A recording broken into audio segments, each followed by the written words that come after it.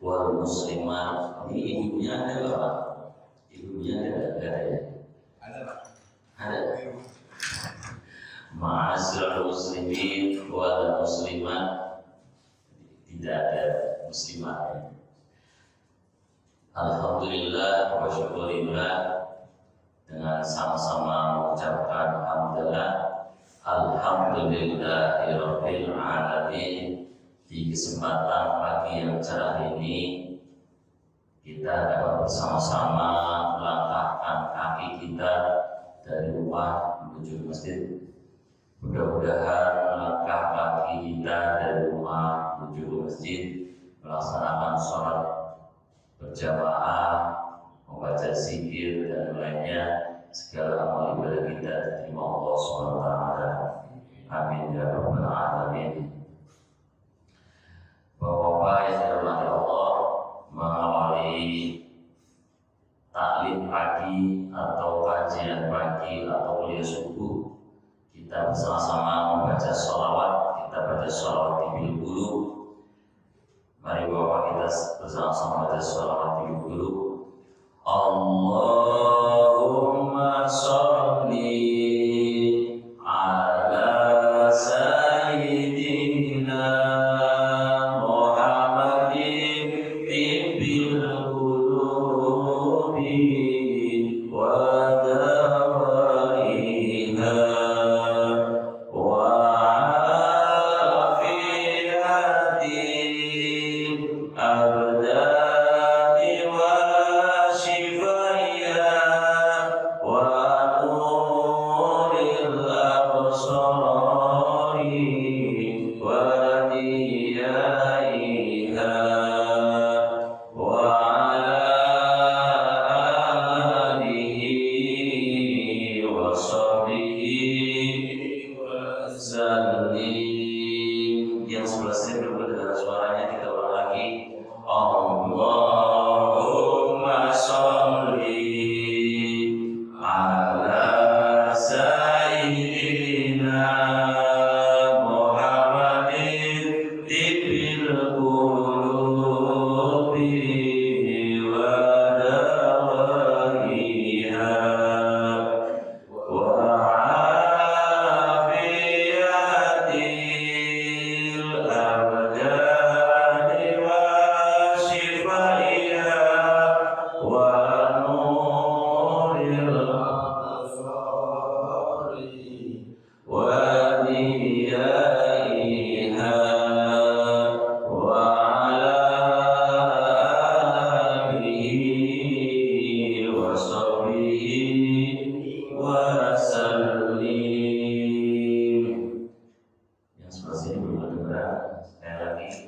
Allahumma sholli ala sayyidina Muhammadin tibbil qulubi wa dawaiha wa afiyatin abdani wa shifaiha wa nuril absari wa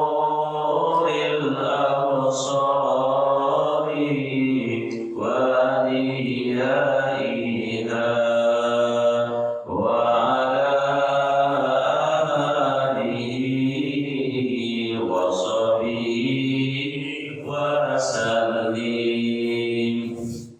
Allahumma ya Allah, sholli ala sayyidina Muhammadin. Limpahkanlah salawat kepada junjungan kami Muhammad, tibbil qulub, penyembuh, tibbil qulubi wa dawaiha, penyembuh hati dan pengobatnya, wa afiyatil abdani wa shifaiha, penyehat badan dan penyembuhnya, wa nuril absari, penerang penglihatan dan cahayanya, wa diyaiha, wa qudil arwahi wa hidaiha, makan ruh dan asupannya, wa ala alihi wa sahbihi, kepada keluarga dan para sahabat. Ini yang kita sering dengar dari rumah, anak-anak di masjid kita hampir hafal. Kalau habis azan, anak-anak sudah antri baris untuk membaca sholawat. Nah, oleh karenanya sholawat ibil guru dikatakan sebagai sholawat asyifa, sholawat obat penyembuh. Ini baik diamalkan kemarin ketika kita dalam kondisi saat lagi ramai-ramainya COVID, lalu orang mengamalkan sholat ibu. Bapak yang dirahmati Allah, mengawali taklim pagi hari ini, mari kita bersama-sama membaca suratul Fatihah. Kita hadiahkan untuk keluarga kita, untuk guru-guru kita, untuk orang-orang jamaah kita yang istiqomah sholat berjamaah di masjid. Kita doakan senantiasa sehat walafiat, diberkahkan rezekinya, diluaskan rezekinya, dimudahkan urusannya, dan diberkahkan umurnya. Biridho'illahi ta'ala wa lisyafa'ati sallallahu alaihi wasallam wa ila hadratin Nabi Mustafa Rasulullah sallallahu alaihi wasallam wa ala alihi wa azwajihi wa dhurriyyatihi wa ahli baitihi. Al-Fatihah.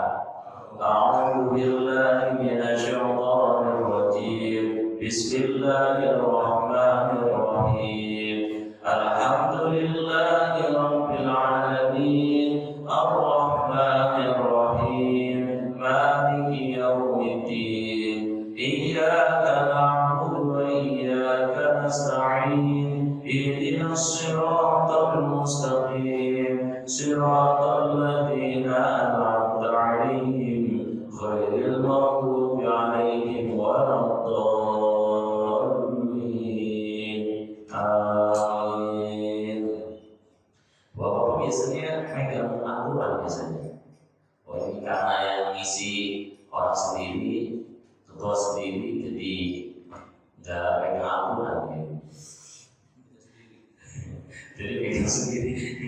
Ya, bahwa kita membaca Asmaul Husna. Ya, kalau tadi sudah baca sholawat, kita baca suratul Fatihah, dan kita baca Asmaul Husna. Kayaknya di Al-Quran ada Asmaul Husna. Kalau di HP boleh buka HP bawa, buka HP baca Asmaul Husna bersama-sama. Halaman 22.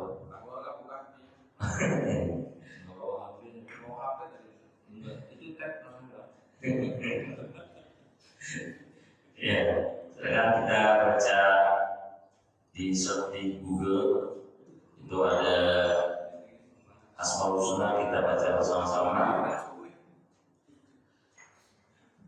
Ya Allah, ya Rahman, ya Rahim, ya Malik, ya Qudus, ya Salam, ya Mu'min, ya Muhaimin, ya Aziz, ya Jabbar, ya Mutakabbir, ya Khaliq, ya Bari, ya Musawwir, ya Ghaffar, ya Qahhar, ya Wahhab, ya Razzaq, ya Fattah, ya Alim, ya Qabid, ya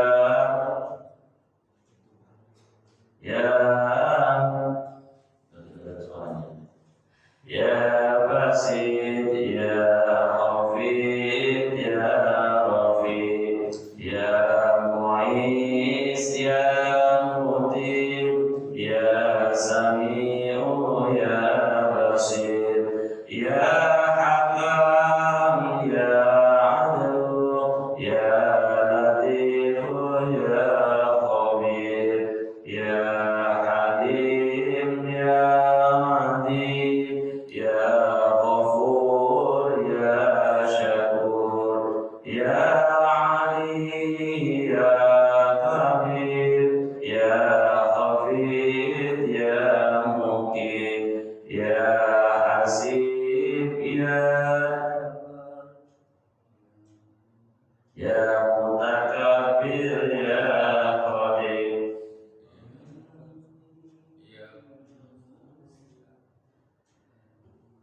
Ya Jalil ya Karim ya Raqib ya Mujib ya Wasid ya Hakim ya Wadud ya Majid ya Ba'id ya Syahid ya Haq ya Wakil ya Qawi ya Matin ya Wali ya Hamid ya Musi ya Mudi ya Mu'id ya Muhid ya Mumit ya Haq ya Qayyum ya Wajid ya Majid ya Wahid ya Ahad ya Samad ya Qadir ya Muqtadir ya Muqaddim ya Muakhir ya Awal ya Akhir ya Zahir ya Batin ya Wali ya Muta'ali ya Baru ya Tawab ya Muntakim ya Afu ya Rauf ya Malikul Mulki ya Dzul Jalali wal Ikram ya Musid ya Jamil ya Ghani ya Muni ya Mani'u ya Allah ya Nafi'u ya Nur ya Hadi ya Badi ya Bagis ya Waris ya Rasid ya Sabur ya Allah ya Allah. Alhamdulillahirabbil alamin. Bapak Ibu yang dirahmati Allah, di pagi hari ini saya mendapat tugas dari Pak Lutfi untuk menyampaikan bab tauhid, bab yang menerangkan tauhid. Bapak Ibu yang dirahmati Allah, di bab tauhid kita mengenal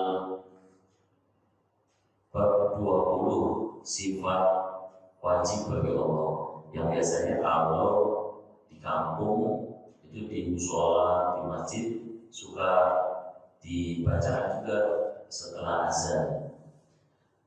Wujud indah maqamu khalafatul lil hawadisi qiyamuhu binafsihi wa daniyat qudrat iradat ilmu hayasama basar kalam qadiran muridan aliman hayasami'an basiran mutaqaddiman. Anak kecil, anak-anak usia SD biasanya membacakan 20 sifat wajib bagi Allah. Bapak yang dirahmati Allah, di bab tauhid yang baru saja kita baca, yang baru saja kita hafalkan, wujud kita bahwa ila ini sampai selesai. Dikarenakan saya belum memiliki kitabnya, maka saya gantikan dengan kitab Tarhib wa Tarhib. Tarhib artinya anjuran, wa Tarhib yang artinya peringatan. Kitab ini karangan Al-Muziri, karangan Al-Muziri, dan ini biasa dibacakan ke santri-santri di pondok-pondok awal saat memasuki pembahasan bab hadis, bab yang menerangkan tentang hadis.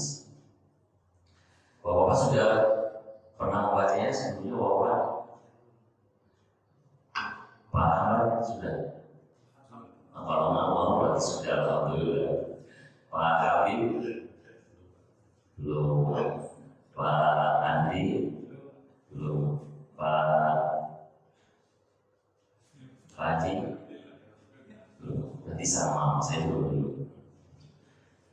Ini biasanya sudah dibacakan untuk anak-anak atau santri di pesantren setelah dalam kajian akhlak. Biasanya santri membaca kitab ta'lim. Ini juga ada kitab ta'lim. Ini adalah penerapan akhlak bagi seorang santri, bagi seorang pelajar dalam belajarnya. Kemudian babul fikih biasanya yang ibu-ibu laksanakan setiap hari Ahad itu bab fikih kitab Safinatul Hajjah yang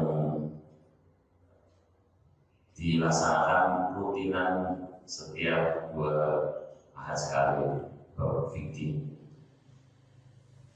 Kemudian selesai ada kitab Al-Um dan seterusnya.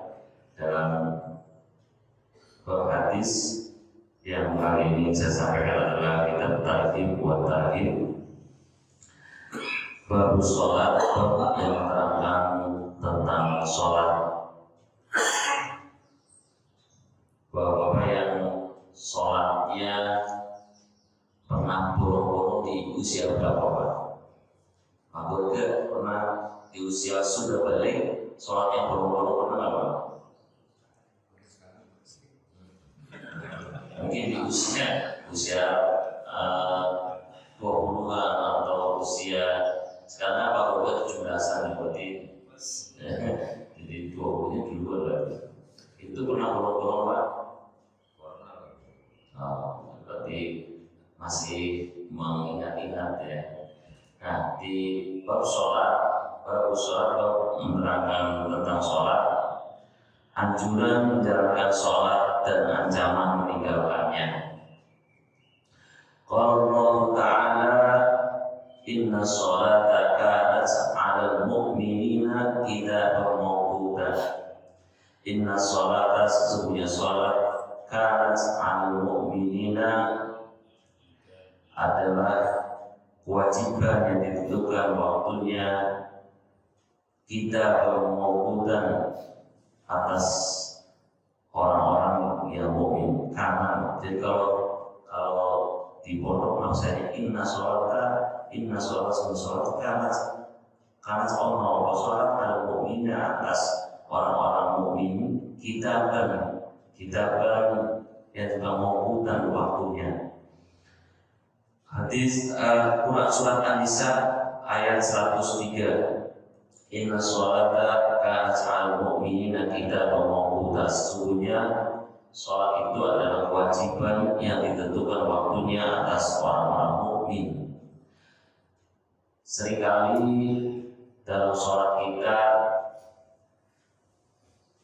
dalam pelaksanaannya, terkadang meskipun kita mendengarkan suara azan yang terdengar dari kejauhan, kalau di blok belakang itu biasanya lebih kedengaran dari Masjid Nurul Iman.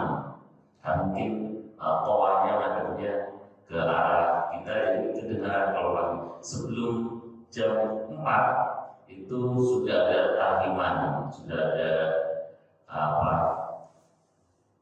berapa bacaan yang pagi nggak apa-apa. Biasa kita sering dengar ya, pas sebelum adzan subuh itu sudah ada bacaan tahliman. Di blok F ke belakang mungkin sering kedengaran dari Masjid Al-Mu'minun ya, Masjid Al-Mu'minun belakang kedengarannya sampai ke blok F yang sebelah sana sering kedengarannya. 65 kali. 65. Terus mungkin kalau yang depan adalah dari Solo, Pak. Yang dari Masjid Al-Wafa itu kan. Itu tidak ada. Kalau kedengaran dari Al-Ikhlas berarti sering mendengar suaranya kalau subuh itu Pak Haji Suradi. Jadi kalau udah kedengaran suara Pak Haji Suradi udah langsung Bismillah berangkat. Bapak yang dirahmati Allah, wa qala ta'ala wa aqimus sholata wa atuz zakata warka'u ma'ar raki'in. Allah SWT berfirman, dan dirikanlah sholat, tunaikanlah zakat, dan rukuklah beserta orang-orang yang ruku. Quran surat Al-Baqarah ayat 43. Di surat Al-Baqarah ayat 43 ini juga sebuah perintah untuk kita senantiasa waqimus sholat, mendirikan sholat dalam situasi sesibuk apapun, dalam situasi serepot apapun. Ketika sudah memasuki waktu sholat, maka kita dianjurkan untuk bersegera melaksanakan sholat. Wa qala ta'ala inna sholata tanha 'anil fahsya'i wal munkar. Allah SWT berfirman, sesungguhnya sholat itu dapat mencegah dari perbuatan keji dan munkar. Sholat kita adalah menjadi nasihat buat kita untuk senantiasa melaksanakan kebaikan dan mencegah dari perbuatan keji dan munkar. Surat Al-Ankabut ayat 45. Wa qala ta'ala hafidhu 'alas shalawati was shalatil wusta wa qumu lillahi qanitin. Allah SWT berfirman, peliharalah semua sholatmu dan peliharalah sholat wusta, berdirilah karena Allah dalam sholatmu dengan khusyuk. Dan dalam kitab Ihya dijelaskan bahwa Rasulullah SAW as-salatu imaduddin faman tarakaha faqad hadamaddin. Rasulullah SAW bersabda, sholat adalah tiang agama, maka barang siapa yang meninggalkan sholat, maka sesungguhnya ia telah merobohkan agama. Saking pentingnya sholat, ketika kita melaksanakan sholat berarti kita telah menegakkan, dan sebaliknya kita meninggalkan sholat berarti kita telah merobohkan agama. Wa qala sallallahu alaihi wasallam miftahul jannah as-sholat. Rasulullah SAW bersabda, kunci surga adalah sholat. Hadisnya halaman 125 jilid 1.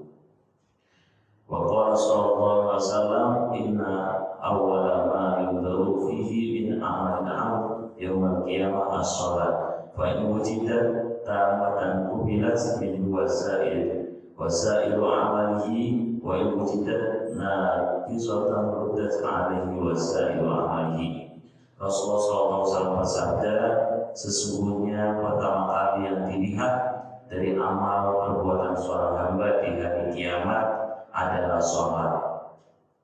Apabila sholatnya ditemukan sempurna, maka seluruh amalnya diterima Allah. Apabila sholat ada yang kurang, maka semua amal perbuatannya ditolak. Ma'asyiral muslimin rahimakumullah. Selanjutnya, anjuran menjalankan sholat pada awal waktu dan ancaman mengakhirkan sholat dari waktunya. Hadis riwayat Tirmidzi, qala sallallahu alaihi wasallam, awal waqti ridwanullah wa wasatul waqti rahmatullah wa akhirul waqti afullah azza wa jalla. Rasulullah sallallahu alaihi wasallam bersabda, permulaan waktu sholat wajib adalah keridhaan Allah dan pertengahan waktu adalah rahmat Allah dan akhir waktu adalah ampunan Allah Azza wa Jalla. Wa qala sallallahu alaihi wasallam afdhalul a'mal as-shalat di waqtiha wa bil walidaini wa jihad. Rasulullah SAW bersabda, amal yang paling utama adalah sholat pada waktunya, berbakti kepada orang tua dan jihad. Hadis riwayat Ahmad. Bapak-bapak yang dirahmati Allah, di hadis ini menjelaskan amal yang paling utama adalah sholat pada waktunya. Sholat pada waktunya, kalau sholat subuh itu jam 4:05 ya, 4:05 sampai jam berapa? Jam berapa Haji Suradi? Kalau subuh itu jam 4:05 sampai jam berapa? Sampai jam 7.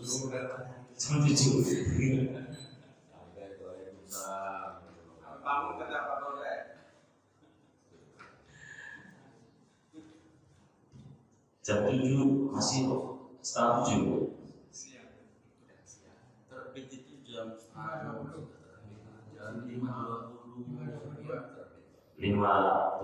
ya. Karena waktu subuh itu sampai terbit, sampai terbit matahari. Berarti sampai jam 6 udah ke 12. Jam 5:30 sampai setengah 6. Karena di sini diterangkan tentang afdhalul amal, amal yang paling utama. Afdhalu, utama-utamanya amal itu adalah as-sholatu li waqtiha, sholat pada waktunya. Sholat zuhur jam berapa Pak Ahmad Yajido? 11:40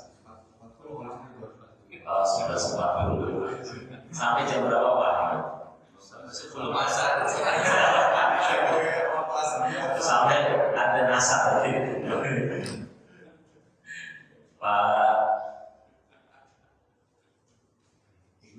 Pak Idun, sholat asar jam berapa Pak Idun? Waktunya jam berapa sampai jam berapa? Jam 3:04 sampai sebelum 17.50. Berarti kalau kita di perjalanan kira-kira belum jam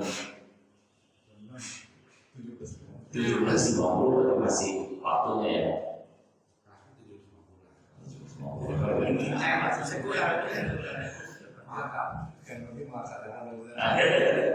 Pak Fauzan, sholat maghrib jam berapa sampai jam berapa Pak?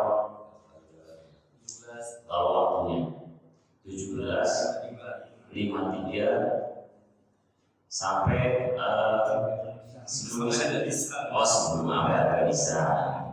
Itu jam berapa tuh azan di sana? Kalau waktu sekarang 19:07 berarti itu waktu di Barat ya. Indonesia Tengah atau lagi. Nah, itu waktu-waktunya Bapak-bapak alhamdulillah waktunya hafal, dan dengan hafalnya waktu berarti sholatnya ada waktunya, sholatnya tidak ada waktu. Bapak yang dirahmati Allah,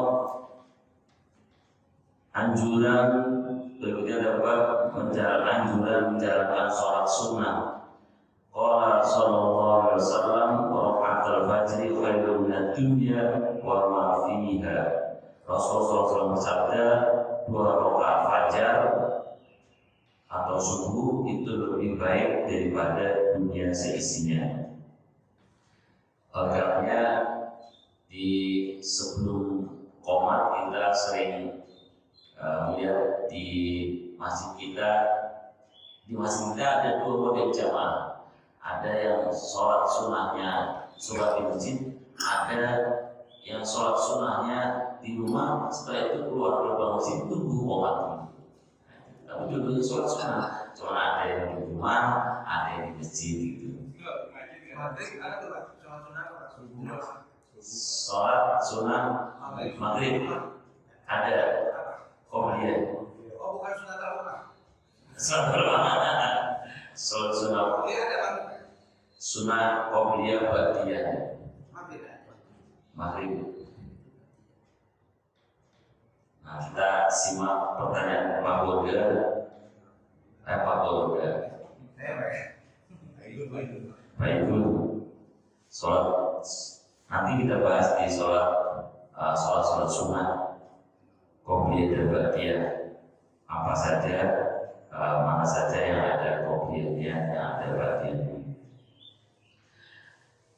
Wa qala sallallahu alaihi wasallam may yuhafidhu ala arba'i raka'atin qabla dhuhri wa arba'a ba'daha haramallahu 'alan nar. Rasulullah SAW bersabda, barang siapa menjalankan 4 rakaat sebelum zuhur dan 4 rakaat sesudahnya, maka Allah mengharamkan dia untuk masuk neraka. Hadis riwayat Ahmad, Abu Dawud, dan Nasai.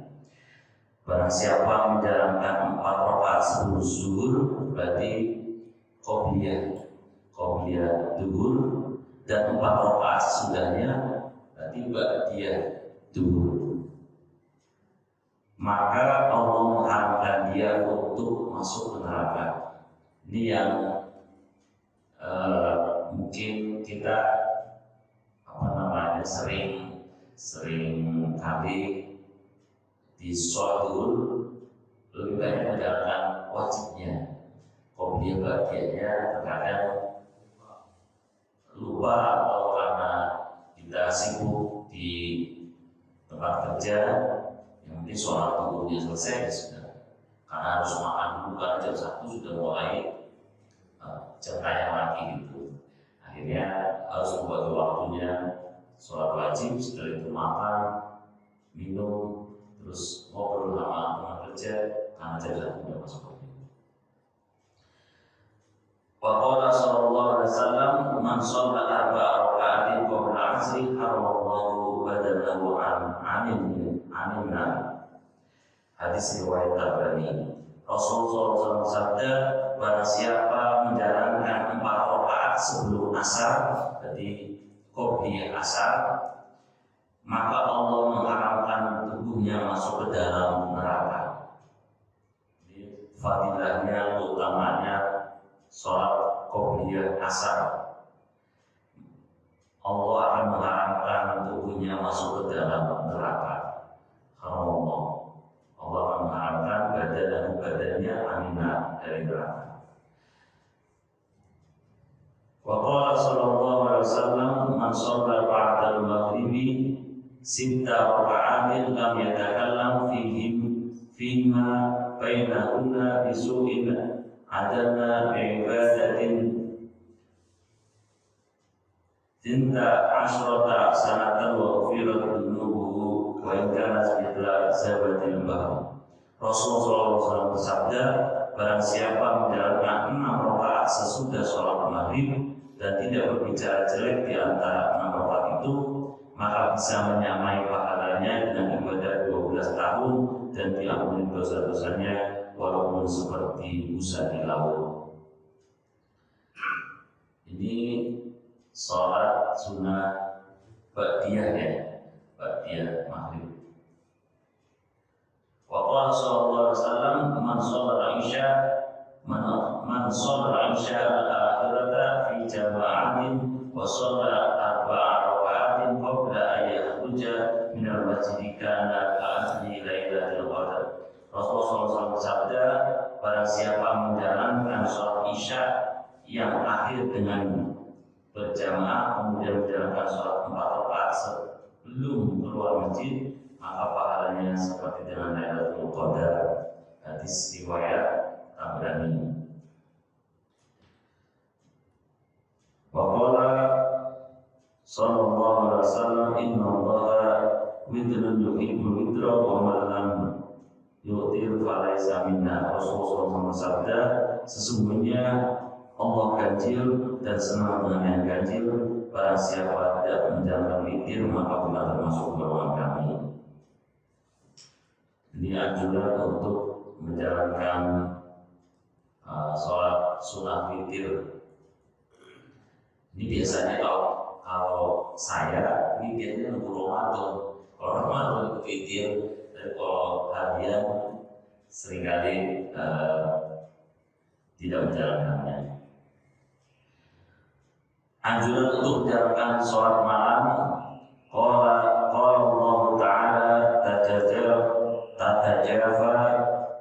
Qala Allah Ta'ala tatajafa junubuhum il madaji yad'una rabbahum khawfan wa tama'an wa mimma razaqnahum yunfiqun wa mimma razaqnahum yunfiqun fala ta'lamu nafsun ma ukhfiya lahum min qurrati a'yunin jazaa'an bima kanu ya'malun. Allah SWT berfirman, lampu mereka jauh dari tempat tidurnya sedang mereka berdoa kepada Tuhannya dengan rasa takut dan harap, dan mereka menafkahkan sebagian dari rezeki yang kami berikan kepada mereka. Seseorang pun tidak mengetahui apa yang disembunyikan untuk mereka, yaitu bermacam-macam nikmat yang menyedapkan pandangan mata sebagai balasan terhadap apa yang telah mereka kerjakan. Quran Surat As-Sajdah ayat 16 sampai 17. Ini adalah anjuran untuk menjalankan sholat malam. Wa qala sallallahu alaihi wasallam, alaikum bi qiyamil laili fa innahu min tabi'is shalihin qablahum wa qurbatu ila rabbihim wa manhatun 'anil athami wa tafirul sayyiati wa mar'atud da'i 'anil jasad. Rasulullah SAW, kerjakanlah sholat malam karena sholat malam itu kebiasaan orang-orang soleh sebelummu, merupakan ibadah untuk mendekatkan kepada Tuhanmu, mencegah perbuatan dosa, penghapus dosa, dan dapat menolak penyakit dari badannya. Anjuran sholat duha dan sholat tarawih. Qala sallallahu alaihi wasallam, man hafadha 'ala syafa'ati duha khufirat lahu dunubuhu wa in kanat mithla zabatil bahri. Rasulullah SAW bersabda, barang siapa memelihara sholat duha maka akan diampuni dosanya Allah walaupun seperti busa di laut. Hadis riwayat Ibnu Majah. Ini anjuran agar kita senantiasa menjalankan melaksanakan sholat duha, karena sholat duha di hadis ini menerangkan orang yang rajin sholat duha, orang yang rajin melaksanakan sholat duha akan diampuni dosanya oleh Allah walaupun seperti busa di laut. Kalau busa di laut berarti menjadi kiasan sangat banyaknya dosa. Meskipun sangat banyak dosa, Allah akan mengampuni dosa kita asbab dari rajin kita melaksanakan sholat duha. Wa qala sallallahu alaihi wasallam, inna Allaha farada siyam Ramadan fa sanatu qiyamahu faman shamahu wa qamahu imanan wa ihtisaban kharaja min dunubihi kayawmin waladat ummu. Rasulullah SAW bersabda, sesungguhnya Allah telah mewajibkan puasa bulan Ramadan dan kusunahkan bangun untuk menjalankan sholat di malam harinya. Barang siapa berpuasa di dalam bulan Ramadan dan sholat pada malamnya dengan penuh iman dan mengharapkan pahala dari Allah, maka semua dosa-dosanya akan keluar dari sebagaimana waktu ibunya melahirkan. Bahwa orang yang dirahmati Allah, banyaknya fadilah atau keutamaan dari sholat-sholat sunnah yang kita laksanakan akan menjadi semangat, akan memantapkan kita untuk senantiasa istiqomah untuk melaksanakan sholat. Berikutnya adalah ancaman lewat di muka orang yang menjalankan sholat. Qala sallallahu alaihi wasallam, idza shalla ahadukum ila syai'in yasturuhu minan nas farada ahadun ayyasdazu baina yadayhi falyadfa fi makhrihi fa in aba falyuqatilu fa innama huwa syaitan wa saqa aidan fala yada ahadan yamurru baina yadayhi fa in aba falyuqatilu fa inna ma'ahul qarin. Rasulullah SAW sabda dalam hadis riwayat Bukhari dan Muslim, apabila seseorang di antaramu menjalankan sholat dengan menghadap sesuatu yang dapat menutupinya atau tabir antara dia dan manusia, kemudian ada orang lewat di mukanya, maka hendaklah ia menolaknya dengan tubuh sebelah atas dadanya. Bila dia tidak mau, maka perangilah atau doronglah karena sesungguhnya dia adalah setan atau perilakunya seperti setan. Dan menurut hadis yang sahih, maka janganlah ia membiarkan seorang lewat depannya. Bila ia tidak mau, maka hendaklah ia memeranginya atau tolak dengan keras, karena sesungguhnya setan itu bisa orang yang lewat tersebut. Ini yang sering kali kenapa kita ketika lagi sholat, saat melaksanakan sholat, kemudian ada kadang anak-anak, tapi usia bukan anak yang, kan ada anak yang usia kadang 2 tahun yang kan ketika sholat dia lari gitu ya. Mungkin kalau 2 tahun atau ya beberapa di masjid kita ada anak kecil yang sering ikut orang tuanya sholat, atau di bawahnya kayak malu gitu usianya.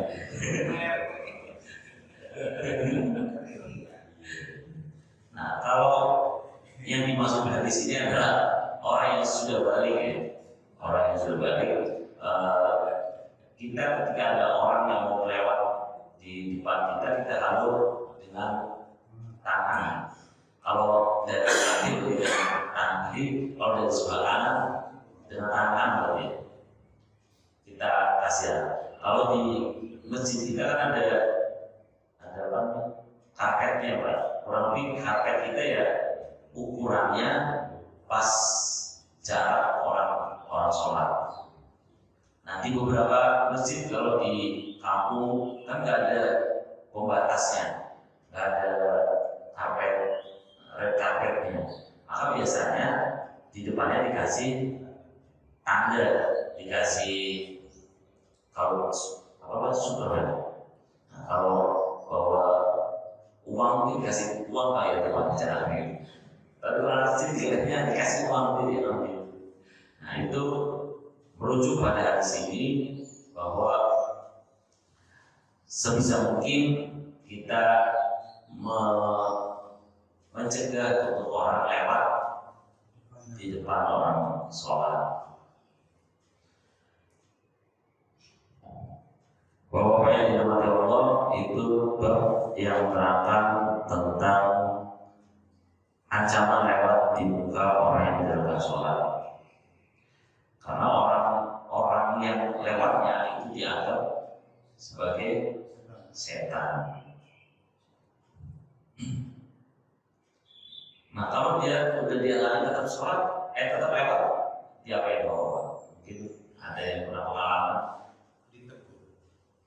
Nah, itu sholat. Ada yang negur ya, mungkin omnya.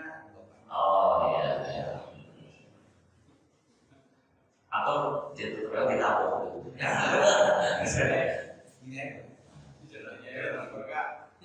Karena kalau sholat, salah satu bagian sholat itu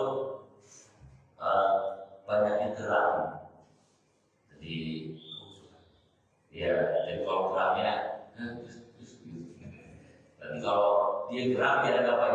jarinya aja.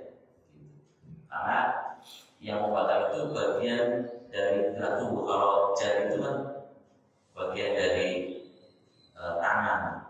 Bagian tubuhnya adalah tangannya. Makanya biasanya kalau beberapa orang ketika sholat dia mau baru-baru berkali-kali ya jarinya yang enggak tangannya. Kalau lagi sunnah terus tiba-tiba ada yang mau menjemaah, jadi kata gini. Gini ya.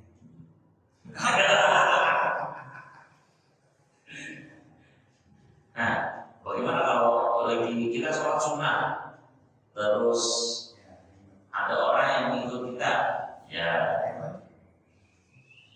bisa juga kita memberikan kode atau kalau terbego ya nggak apa-apa.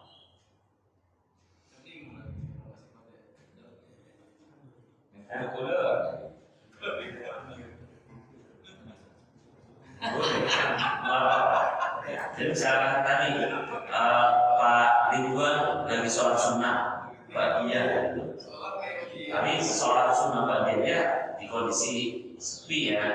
Kemudian ada orang atau makmum datang itu mau di belakang Pak Ridwan padahal Pak Ridwan lagi sholat sunnah bagian.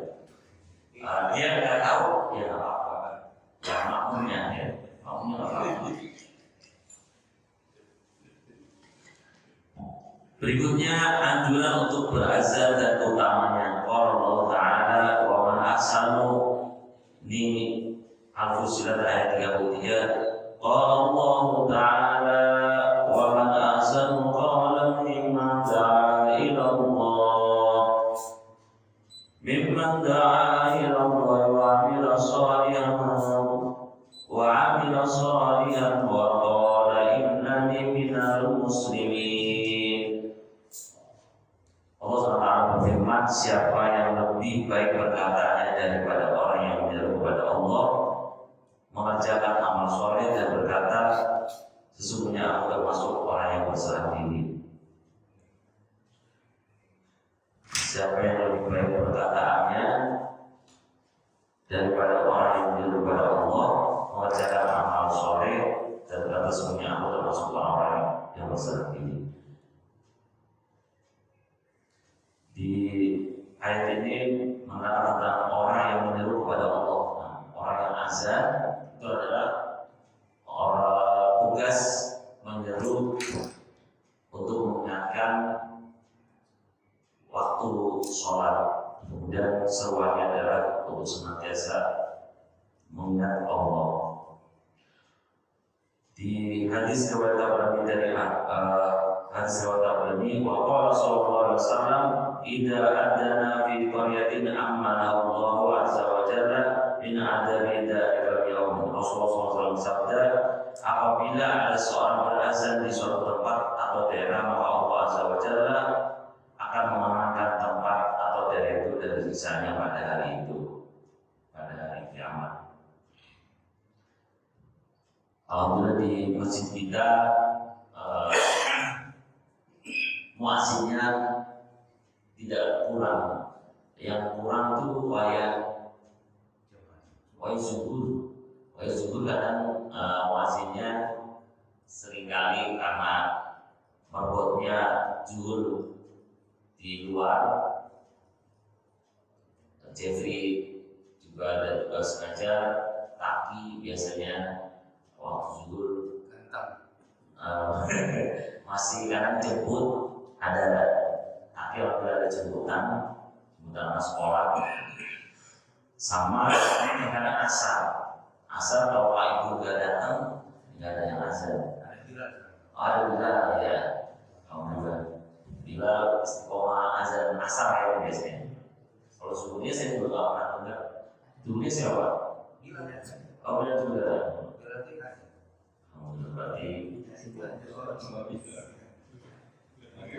wah yang dulu sudah masak ya.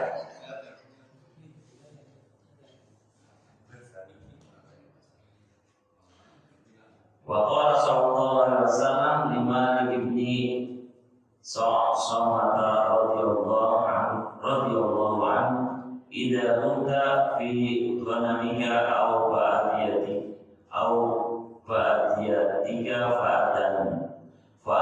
fa'addan tas-shalah farfa' sawtaka bil adani fa innahu la yasma'u sawtal mu'adzini insun wala jinnun illa syahida lahu yawmal qiyamah. Rasulullah SAW bersabda kepada Malik bin Sa'sa'ah radhiyallahu anhu, apabila kamu berada di kambingmu atau waktu membalanya, atau kamu berada di pedesaanmu, kemudian kamu berazan untuk menjalankan sholat, maka keraskanlah suaramu. Sesungguhnya manusia dan jin yang mendengar suara azan akan menjadi saksi bagi kelak di hari kiamat.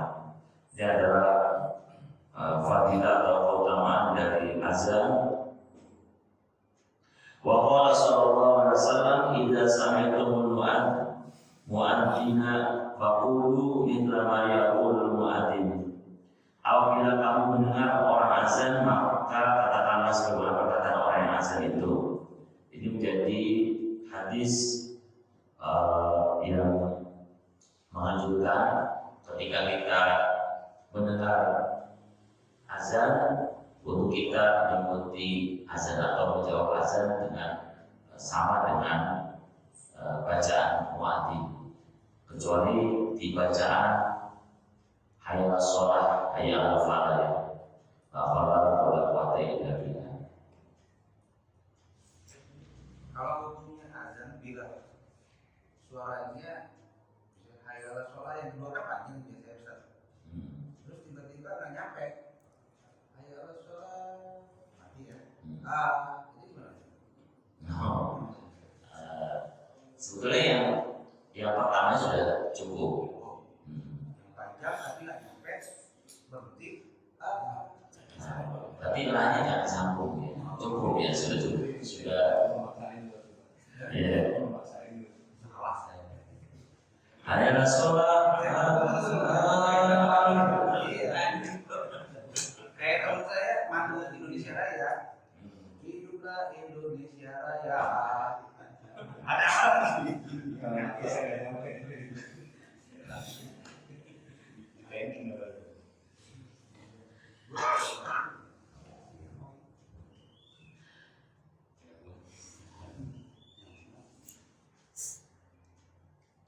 Baik Bapak-bapak yang dirahmati Allah, selanjutnya anjuran untuk membiasakan membaca iqamah. Qala sallallahu alaihi wasallam, idza suwiba bis shalah futihat abwabus samai wastujiba doa. Rasulullah SAW bersabda, apabila sholat telah diserukan atau dibaca iqamah, maka pintu-pintu langit dibuka dan dikabulkan doanya. Ini menjadi waktu yang mustajab juga berarti kalau kita berdoa saat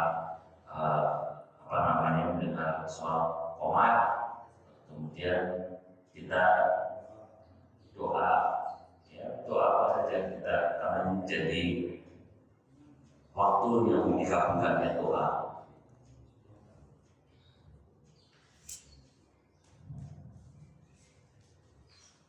Selanjutnya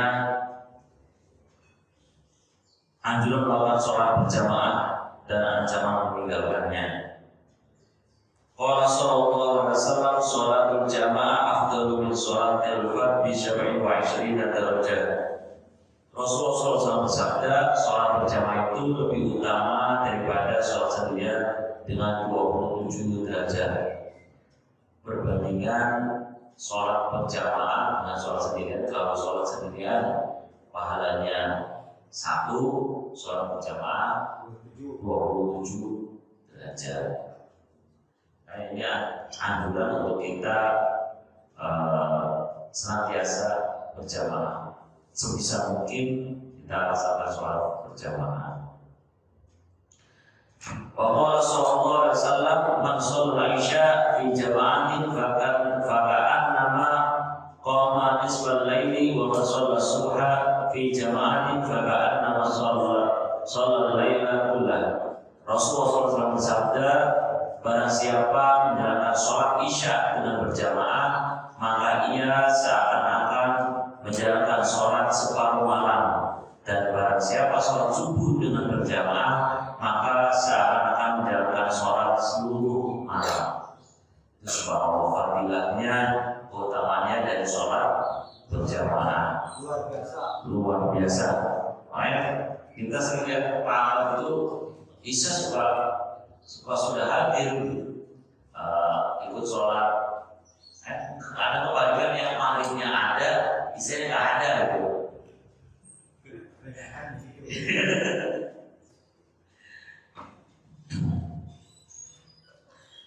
Dalam hadis lain yang diriwayatkan oleh Ahmad, Abu Dawud dan Nasai, Rasulullah SAW bersabda, setiap 3 orang di suatu pedesaan atau perkampungan, kemudian mereka tidak mendirikan sholat berjamaah di dalamnya, maka syaitan akan menguasai mereka.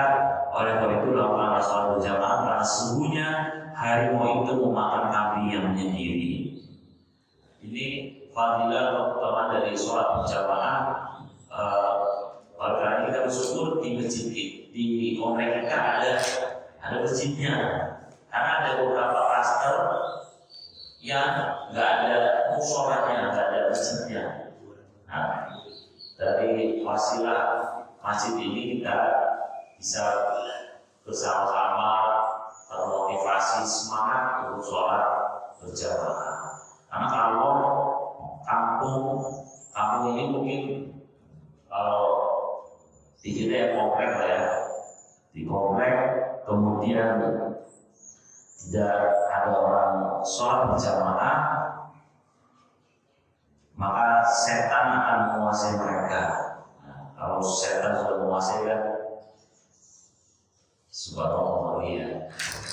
Jadi kita bersyukur masjid kita ramai terus, kecuali tadi 2 waktu zuhur dan asar ya.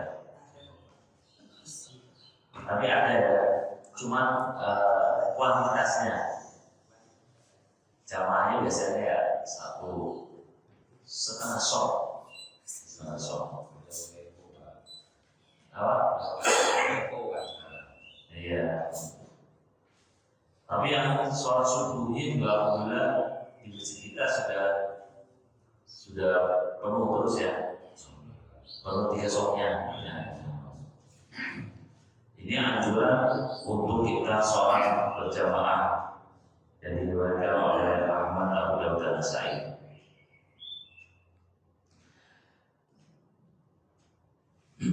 Selanjutnya, waqala sallallahu alaihi wasallam, la yatahiyanna rijalun antarkil jama'ati aw la ughriqanna buyutahum. Rasulullah SAW bersabda, hendaklah orang-orang lelaki berhenti untuk meninggalkan jamaah atau aku bakar rumah-rumah mereka.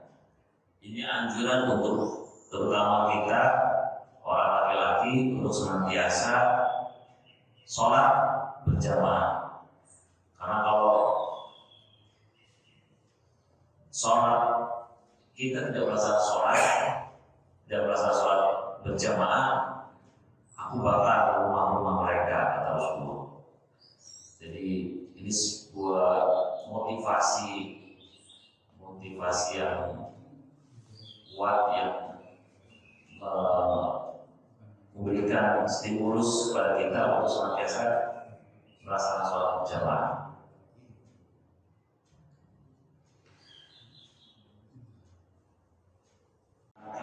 Tentang anjuran, tentang perintah untuk kita melaksanakan sholat Jumat dengan sesibuk apapun, dengan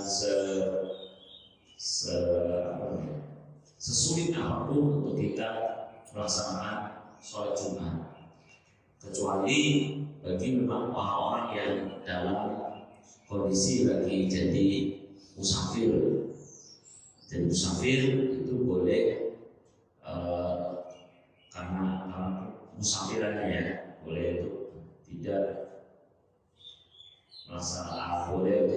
melaksanakan sholat Jumat. Adapun bagi yang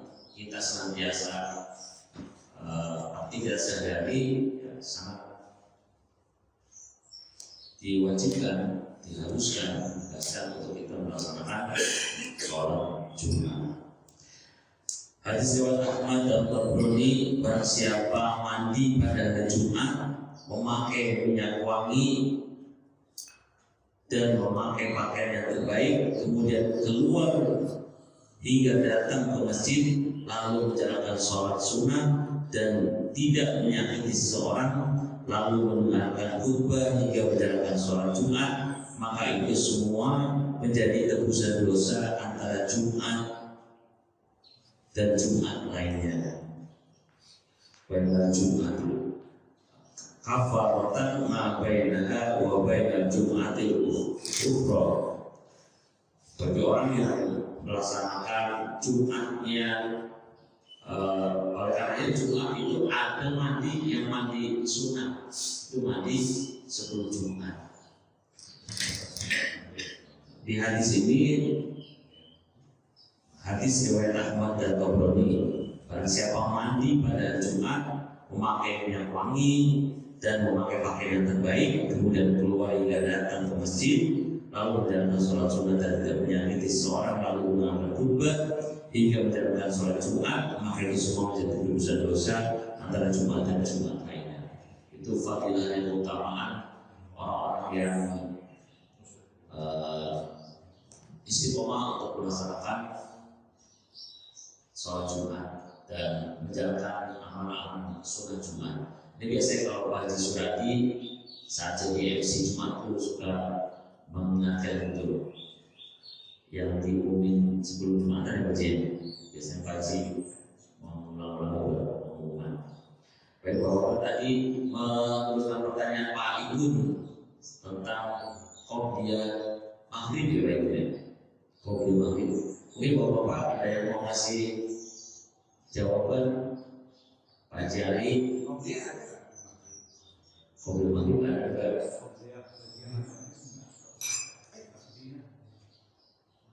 Pak Ahmad,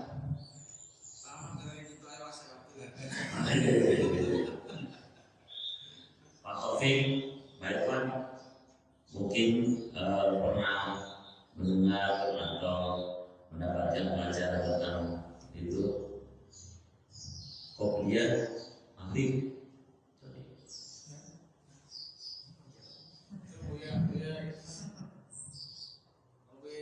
Pak Haji Suradi.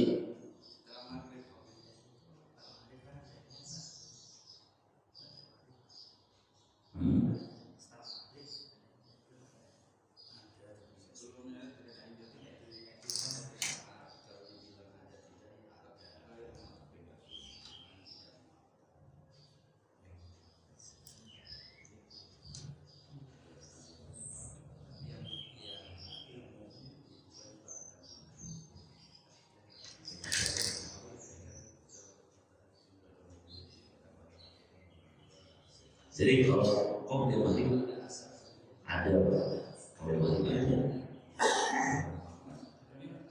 qobliyah maghrib 2 rakaat.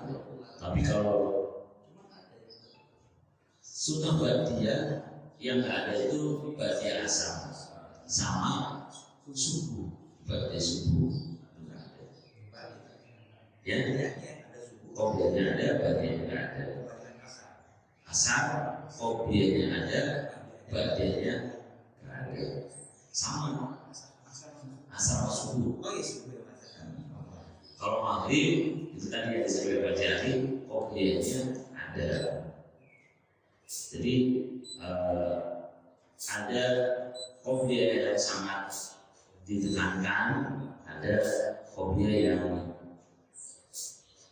yang tinggi boleh dirasakan boleh. Karena semua sunnah itu bisa dilaksanakan boleh, ditinggalkan ya boleh, nggak apa-apa. Tetapi kalau yang tadi nggak ada ba'diyahnya itu memang tidak dianjurkan untuk melaksanakannya, tidak dianjurkan melaksanakan ba'diyahnya tadi, ba'diyah asar sama ba'diyah subuh. Tapi kalau qobliyah itu ada.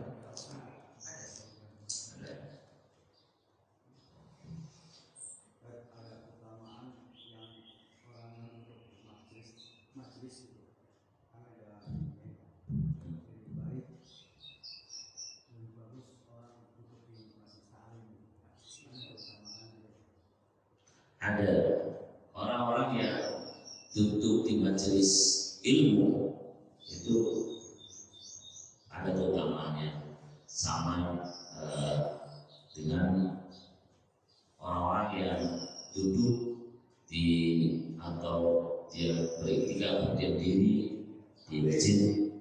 Di masjid juga ada keutamaannya, di majelis ilmu juga ada keutamaannya. Fadlul alimi alal fadlul alal keutamaan fadlul alal abidi kafadlul qamari ala sa'il kawakib. Keutamaan orang yang berilmu alal abidi atas orang yang beribadah kafadlul qamari ala sa'il kawakib. Seperti komar atas sa'il kawakib. Komar itu kan bulan lebih besar atas sa'il kawakib, atas bintang-bintang, meskipun bintang banyak tapi derajat kecil jauh. Itu keutamaan itu. Artinya anak abid itu atas orang ibadah tapi yang ilmunya kurang. Makanya disebut keutamaan untuk senantiasa kita duduk hadir di majelis ilmu untuk belajar.